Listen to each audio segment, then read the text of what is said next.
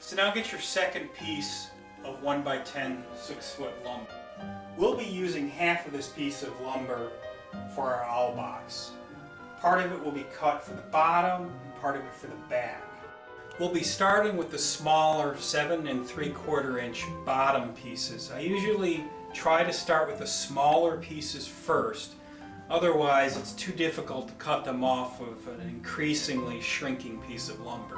So as before, we're going to make a mark, and this one is going to be at 7 3/4.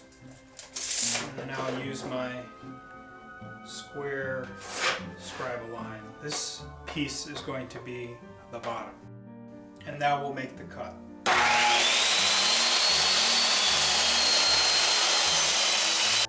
So this is our bottom. Next, we're going to cut the back of the owl box. The back is 28 1/4 inches long. So we make a mark at 28 1/4. I'm again doing it from the right side of my lumber. I'll mark the line.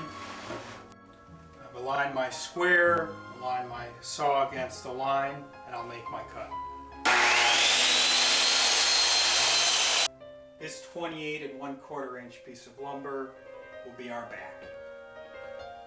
What you'll have left over is a piece about 36 inches long. It might be a little less, a little more. This you should save if you're making another owl box, because you'll be able to cut the bottom 7 3/4 and the back 28 1/4 inch pieces out of it. Now we return to this roughly 15 inch long piece of lumber that will make our roof. As you can see on my model, the challenge with the roof is that the cuts have to be angled. These are called bevel cuts. These bevels match the same angle that the side pieces are. Now remember, we cut our sides to be 22-degree angles, so the bevels on the roof also need to be 22 degrees. Now the only critical bevel here is the bevel that meets up with the back. The front part is more for looks. Now the most important bevel of the two is the one that connects at the back. This is the intersection of the roof, the side, and the back. It's really important that this be nice and tight. Part of the reason why I cut the bevels on both ends, well, one is for looks. It looks nicer when this edge has the bevel in it. But also because I found that sometimes one is better than the other. I make a better cut on one of them. And that better cut is what I put along the top edge that hits the back. So bevel both edges. On your circular saw, you should see an area like this. This is the adjustment for the bevel, how much the blade tilts one way or the other. Now, handheld saw is only going to tilt one way. And there is a little measurement on it. It's a little hard to read here, but it goes down from flat up to 22. There's a 30, a 45, and a 55 degree. Before you mess around with either the depth of your blade or you play around with the bevel, the angle of the blade, unplug your saw.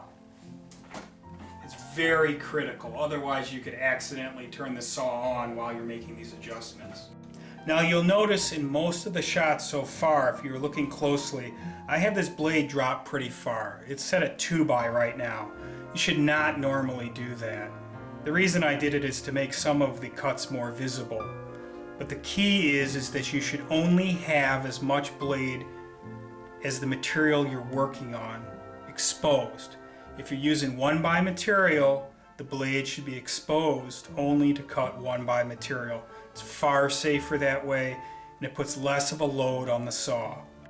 So the first thing I'm going to do, since this bevel is a particularly dangerous cut, is I'm going to adjust it so that it's to a 1x depth and lock it into position. You can see there's a lot less blade exposed now.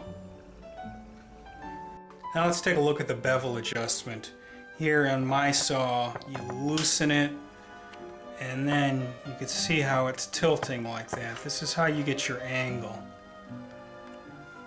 So in my case, I'm going to angle it at 22.5 degrees. 22.5 is a common angle, and it's really what we cut everything else to.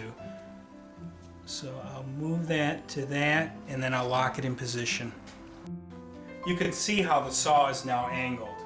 The blade is set at 22 degrees. Now what I'm going to do is just trim off the one end at the 22.5 degree angle. There's really no need to mark this out. Just lay out your square, put your saw in place so that it's just going to take off about 1/4 to 1/2 inch, no more than that. Now be careful here, we're dealing with an ever shrinking length of lumber, so it's going to want to move around on you more. So make sure that everything is held in place and take your time, don't rush it. But you can see what happened. I had my saw unplugged as I should have. Let me plug that back in. Alright, now that the saw is plugged back in, let's try it again. So you can see that I've got the nice 22 degree angle on my main piece and this little scrap. This is about what you want to have left over. You're just trying to make this edge. So now we have the one bevel cut. This is kind of a tricky part. This piece is going to be cut into a parallelogram. Well, if we try to make a cut there, we aren't going to have any place to hold this lumber. We can't put our square in place. It's going to be a much more dangerous cut. You don't want to do that. So here's what you need to do. You need to flip the lumber over so that your cut edge, angled cut edge you just made is over. It's going to be on your left hand side, and we're going to make the cut over here. We have a lot more material to hold on to here, and we can put our square in place. So we have our bevel cut we just made, and we need to make our second cut. So to do this, we flip it over to make our next cut. Now, all my previous cuts were from the cut edge to where I'm cutting. Since I flipped over this lumber, my cut edge is now on my left. So I'm going to be measuring from my left. The roof is going to be about 13 inches or so. A little more or less isn't going to hurt you. So I'm going to kind of eyeball it and then make a mark 13 inches. And then take my square and draw a line. This distance, again, should be about 13 inches. It doesn't have to be exact. If it's a little longer or a little short, it's going to affect the overhang of the one edge, but it won't affect the assembly of the owl box. So here's my setup. I've put 2 bench dogs in place to hold this small piece of lumber. And I'm going to, in this case, since they're sitting there, I'm going to put my square toward me and line up the square and the saw to my line. Again, not super critical, but you do want a nice, clean 22 degree cut. The cut of the bevel is more important than getting the length on or off by 1/4 or 1/2 inch.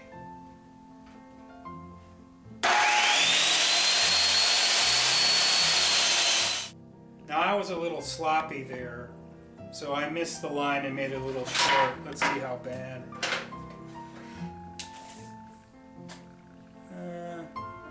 It's about 12 3/4. So my overhang is going to be a little bit less than I'd normally like, but not going to make that much of a difference. So now you've completed the cuts of your roof. You have a bevel of 22 degrees or so on the one side and the other.